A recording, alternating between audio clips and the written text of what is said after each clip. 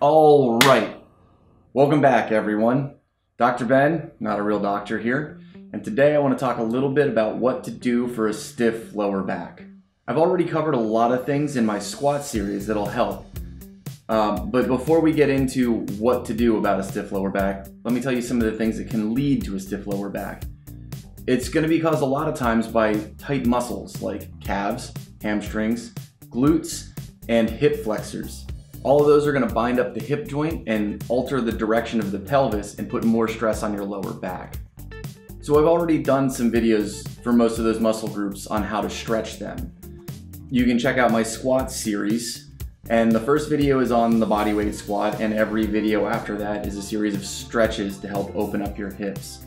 That will help relieve some of the tension on your lower back. But I didn't really do any stretches to cover the hip flexors. So I'm going to do a quick, simple stretch to help release the hip flexors. You can do this pretty much anywhere. You don't need any equipment.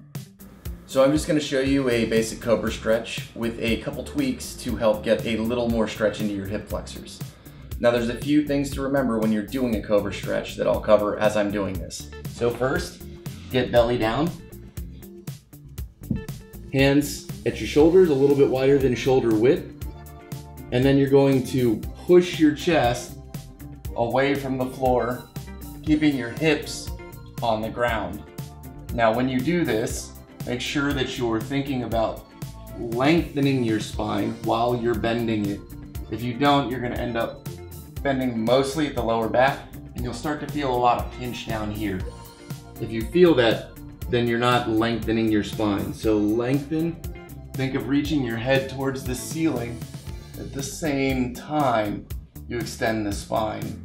And then it's going to be easier to maintain the stretch with straight arms. So put your arms wider as needed so that you can hold a relatively comfortable position.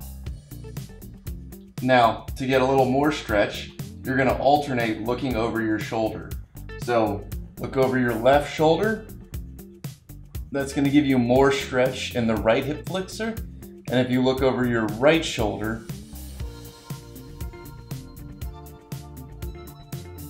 that's going to give you more stretch in your left hip flexor. And as you loosen up, you'll be able to use a lot more range of motion and get more stretch. But when you start, pick something that's comfortable that you can hold for at least a minute. If you can't hold it for at least a minute, you're not going to get much benefit. And do this stretch as often as possible. This is going to stretch your psoas muscles, which end up getting really tight after all the sitting we do. And do this stretch whenever you can. If you have a few minutes, I like to do it while I'm watching TV. I don't have any furniture in my living room, mostly so I can stretch while I watch TV. It helps me. If you have enough room, it's a great way to get a little extra stretching in. And don't forget, with back issues, you always want to make sure there's not some kind of injury there. If you know you've been checked out that it's not an injury, then simple stretching and strengthening will help a lot. But if there's an injury, you might require specific treatments from specialists to address the issue. All right, if you liked the video, smash that thumbs up button. If you haven't subscribed already, please subscribe. And until next time, keep your life in motion.